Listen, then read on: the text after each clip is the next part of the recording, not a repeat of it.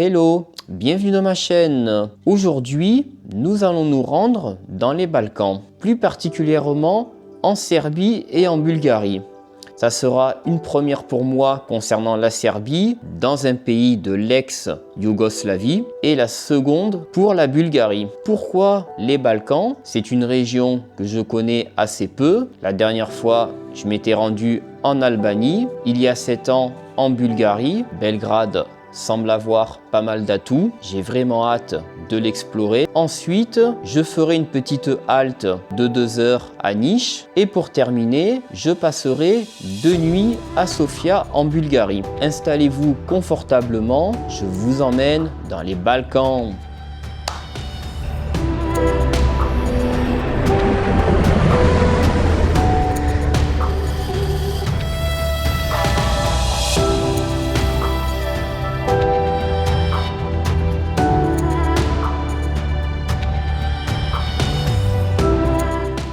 Et ça y est, c'est le jour J. Allez, to go!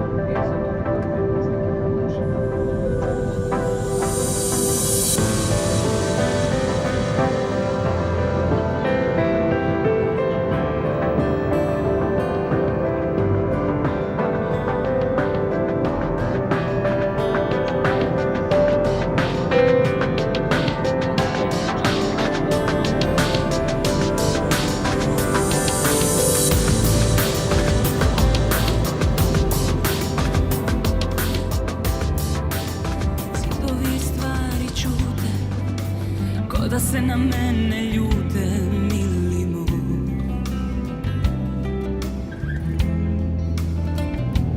Pandarej.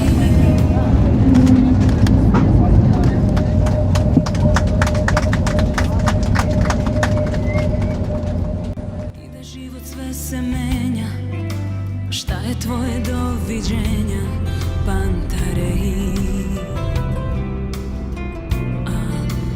Svaki dan je kraj, u sobu ne gledaj, tu gde si nekad bio moj, tu još dišem vazduh tvoj, kada sve to nestane, šta da radim dobro znam, na podu vrata otvaram.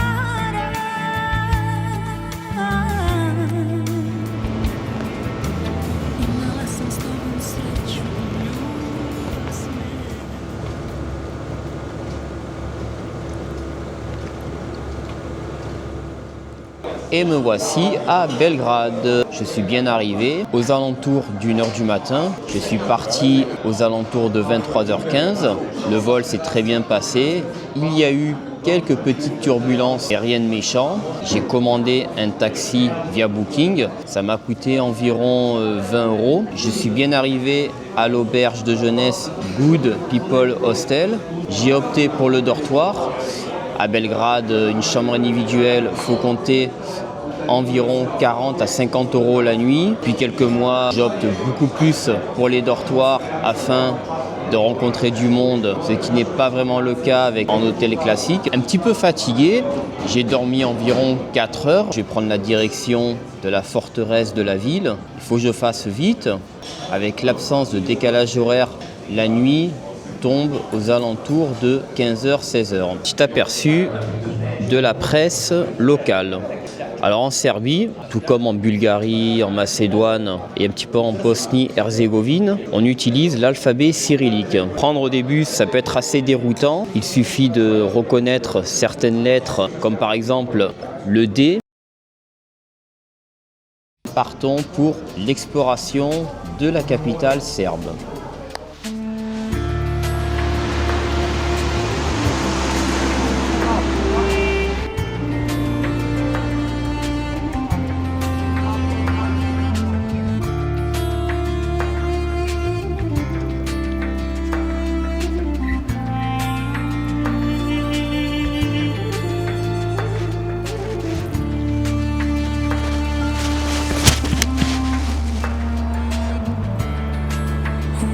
tebi, ja neću pasti na kolena bez glasa, jer to nisam ja i moje usne kad zube pokažu, tvojim glasom kažu da to nisam ja.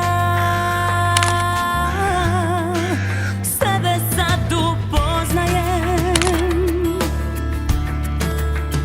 pogledaj, nisam više ponosna što sam rekla kraj. Ja ne bojim se kad lice svoje pogledam u ogledalu. Ja volim kako propadam zbog nas. Neka pričaju da me nisi voleo. Sve je istina i mene si ubedio, ali ipak ja ne dam na tebe.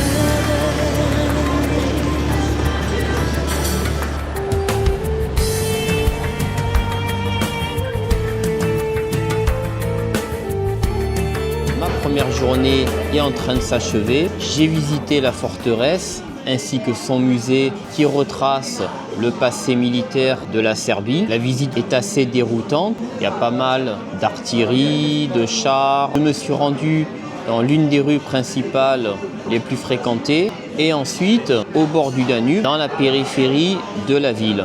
Pour que je puisse faire voler mon drone, j'ai dû un peu m'éloigner de la ville. La réglementation est relativement stricte. Pour les drones de plus de 250 grammes, il faut obtenir l'autorisation du ministère de la Défense. En gros, ça ne rigole pas ici. En Écosse, je pouvais faire des survols non loin de la ville.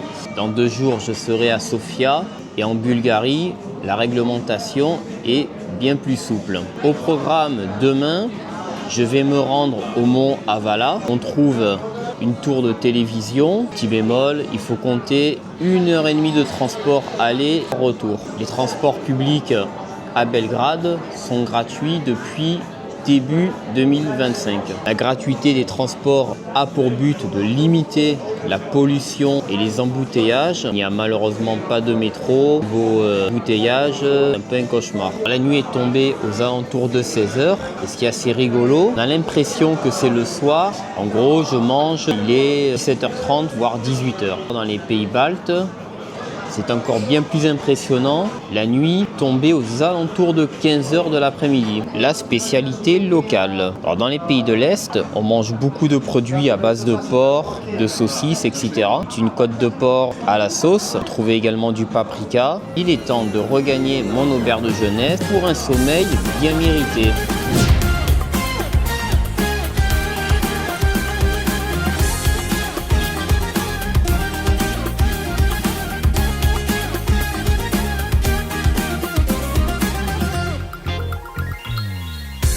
Ona ljubomorna je na mene, sumnja da te više ne usrećuje, a ti me ne zanimaš odavno, al uživam da ego joj povređujem. I pita koja to bolje radi, da krpi do pakla.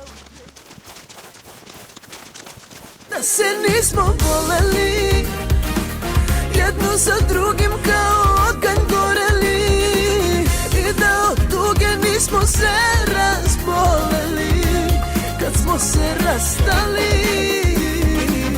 Nek ne brine da ću te oteti, tamo gde sigurno je tu ćeš ostati, al samo nek ne pita ko ćeš sanjati, doznaćemo samo jedno.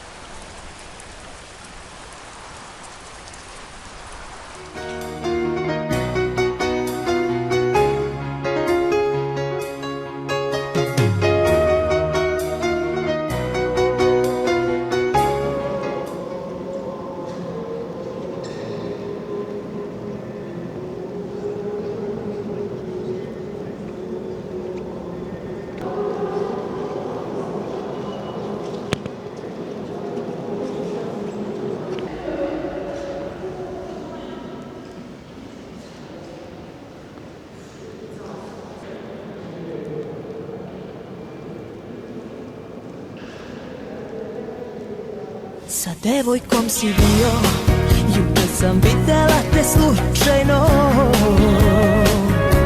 Isti koji uvek jednu za drugom pališ uporno.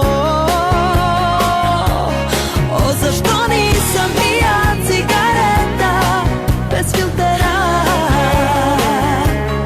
samo da šetam od prsti u tvoj. Et voilà, ma découverte de Belgrade est en train de s'achever. Cet après-midi, j'ai pu visiter la colline Avala. Malheureusement, avec la météo, je n'ai pas pu voir la tour de télévision. Ce qui était sympa, il y avait pas mal de neige. J'ai pu faire quelques petites vidéos, découvrir un peu les environs, surtout m'échapper de la ville. Ensuite, j'ai visité la plus grande église de la ville, que ce soit en Serbie, notamment les autres pays de l'Est, Roumanie, Bulgarie, Géorgie, Ukraine, Russie. La religion, c'est l'église orthodoxe. L'endroit est vraiment magnifique. Il y a carrément un sous-sol où on voit pas mal de dorures, pas mal de fresques. Est-ce que Belgrade vaut-il le coup?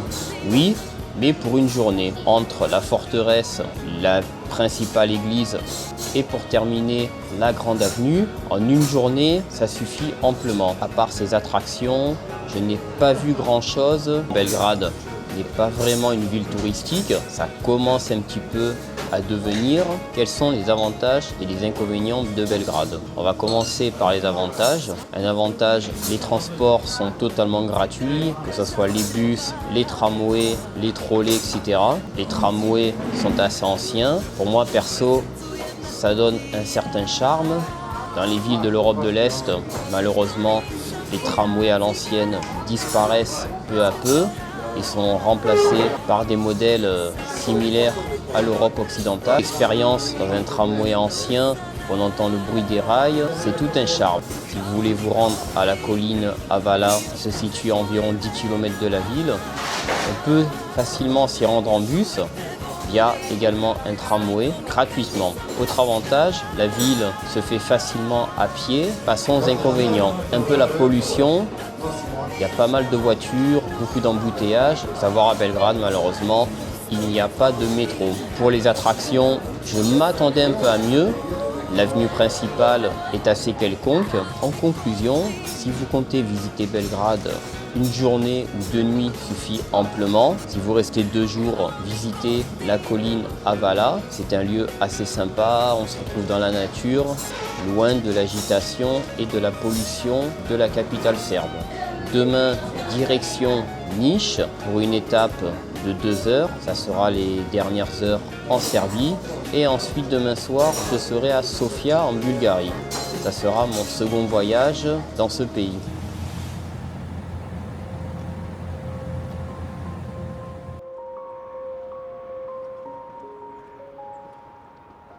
Nisam ni verna, ni dobra, ni dosledna. Prva se nutim, a dajem se posljednja. Šta ću ja? Temps de partir pour Sofia. Un petit café. Go!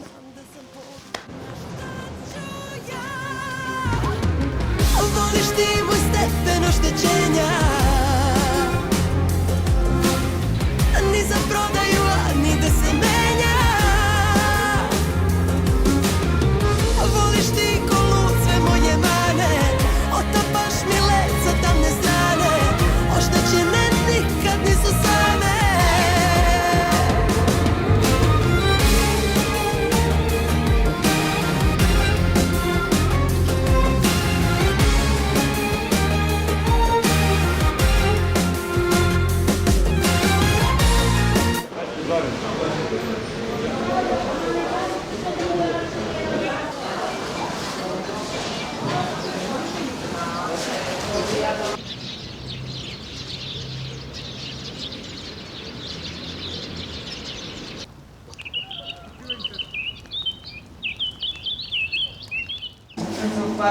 C'est la fin de mon mini road trip en Serbie.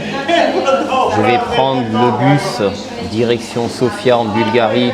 Que penser de ce pays? C'est un pays loin du tourisme de masse. La Serbie, on n'en parle pas beaucoup. C'est beaucoup moins touristique que la Roumanie et la Bulgarie. J'ai trouvé les habitants particulièrement accueillant, notamment ici, petit restaurant, plutôt un street food. Passons maintenant aux inconvénients. Alors pour moi, qui suis non-fumeur, il y a beaucoup de restaurants et bars qui sont encore fumeurs. Lorsque l'on rentre dans un établissement, ça surprend, même assez désagréable.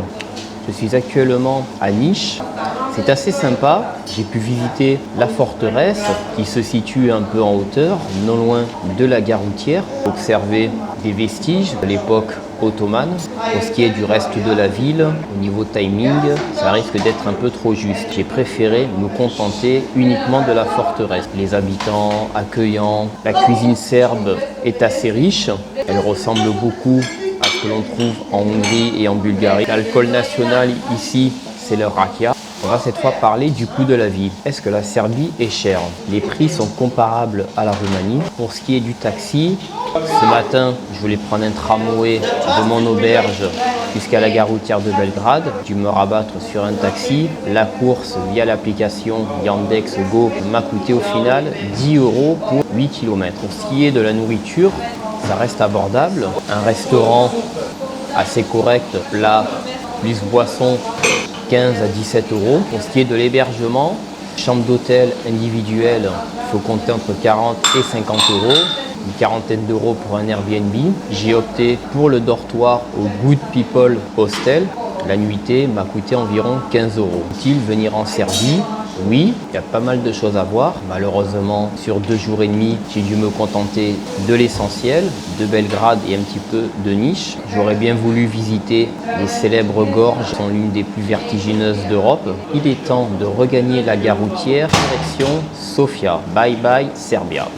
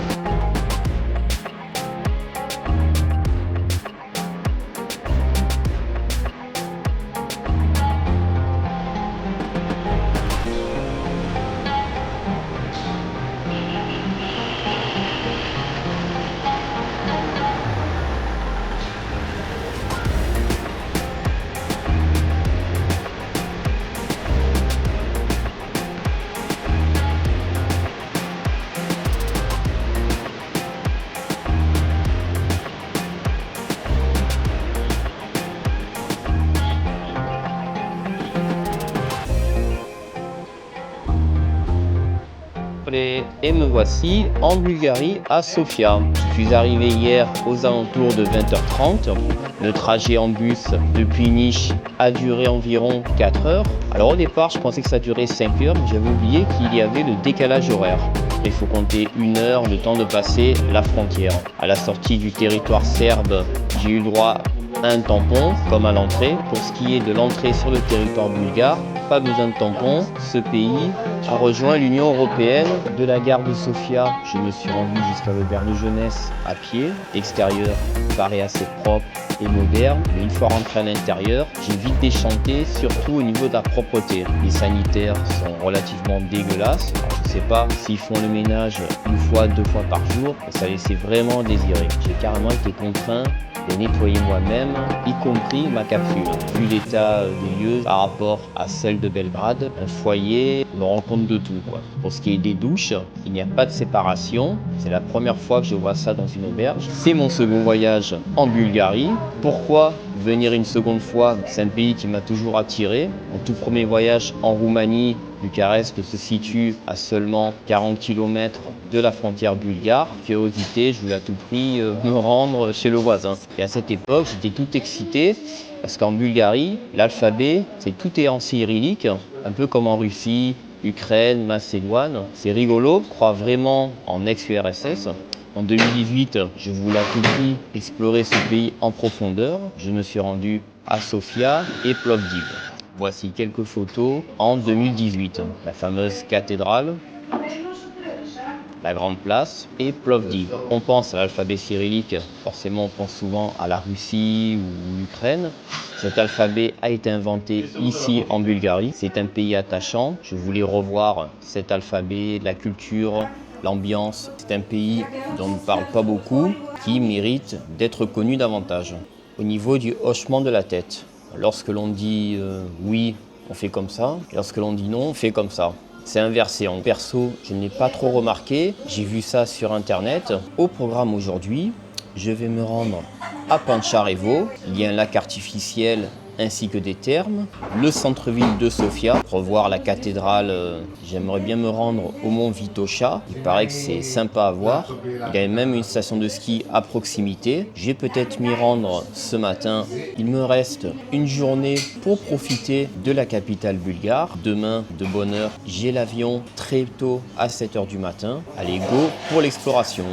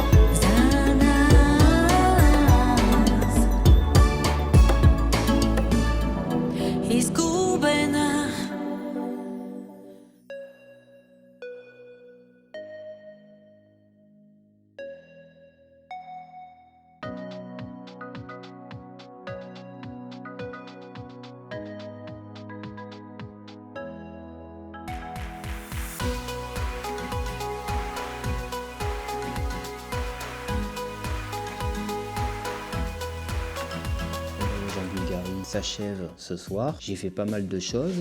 J'ai pu me rendre à la station de ski de Vitocia, magnifique.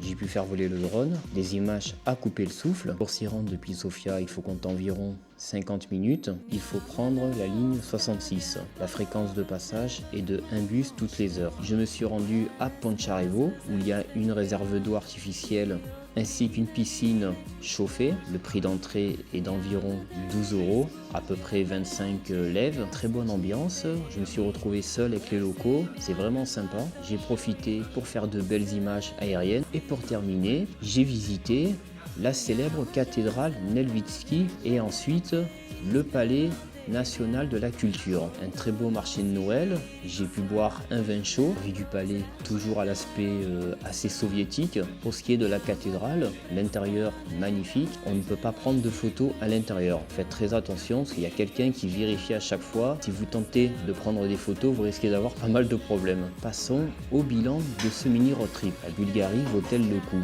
Oui, c'est un très beau pays. Plus apprécier la Bulgarie que la Serbie. Belgrade est sympa, notamment par sa forteresse et son passé. J'ai eu une préférence pour Sofia. Cette architecture un peu soviétique, malheureusement une déception pour cette auberge de jeunesse ici à Sofia. Niveau hygiène, c'est vraiment pas ouf. Dans mon dortoir, il n'y a même pas de casier pour ranger les affaires de valeur. Je suis vraiment déçu parce que pour moi, l'hygiène dans une auberge, c'est vraiment très important. Avant de réserver, je me fie toujours aux notations, TripAdvisor, etc.